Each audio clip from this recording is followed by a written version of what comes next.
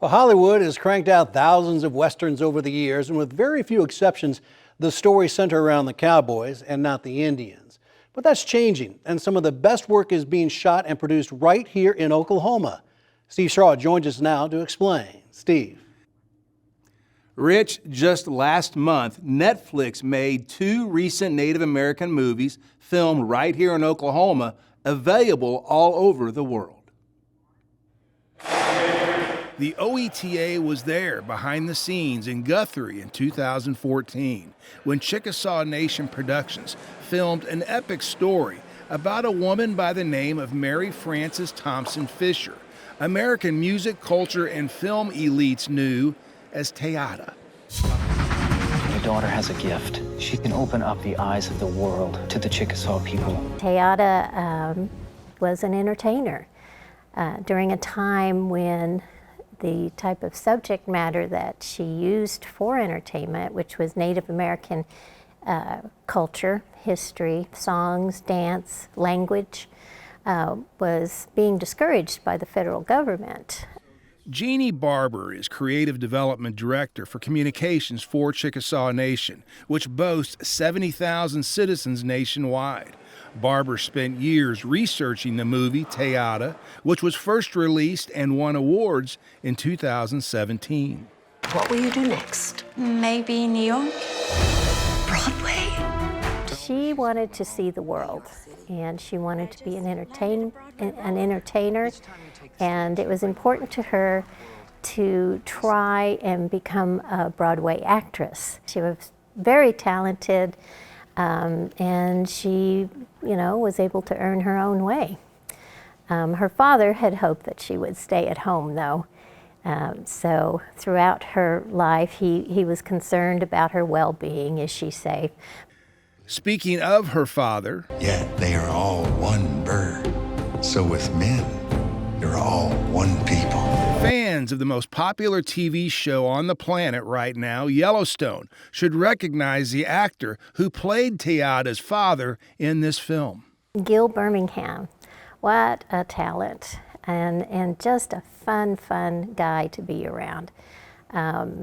Gil did a wonderful job on Teata, and really he's a veteran actor with a lot of experience that we called upon.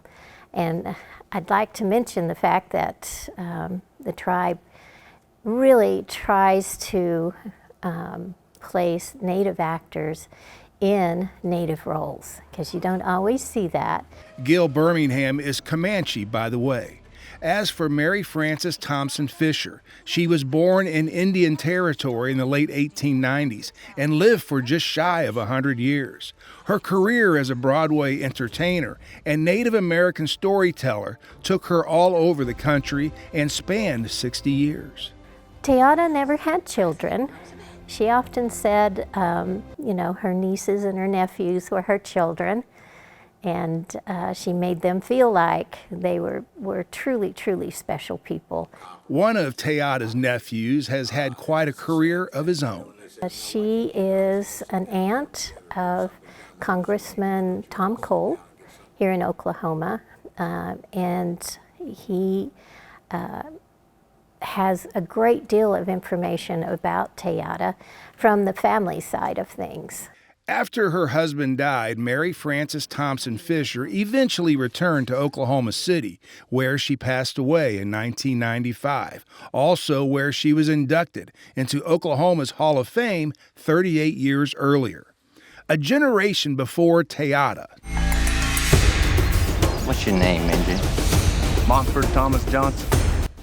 Another Chickasaw legend named Montford Johnson rose from nothing to build a ranching empire just after the Civil War. Eventually, at the height of his career, run over 35,000 head of cattle on 1.3 million acres of land. All of it in the western part of what we know as the Chickasaw Nation, parts of the unassigned lands, and then part of Oklahoma Territory. So he had this vast ranching interest that he was able to build over a lifetime.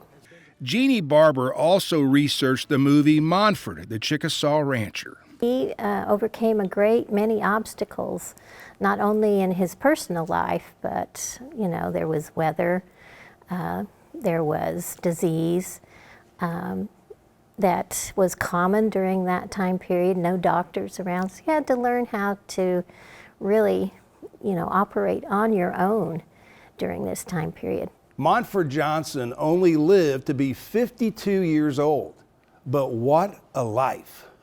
Because of delays related to COVID-19, Montford, the Chickasaw rancher, wasn't released until Netflix released it November 1st. In fact, Montford, the Chickasaw rancher, is actually trending. It was in the top 10 movies on Netflix a week or two ago. Cale Lampkin grew up in Davis, which is where much of Montford, the Chickasaw rancher, was filmed. I don't even think Pride really sums up, because it's if you think about it, it really is a huge achievement, but also kind of a miracle in itself, because of everything that went against Native Americans throughout history, how we are able to not just survive, but also build up and become back stronger to the point where we're our own industries and we're our own people again in a modern setting. And it's worth noting, the actress who played the lead role in Teata also right now plays the role of an attorney who is quite the villain in Yellowstone.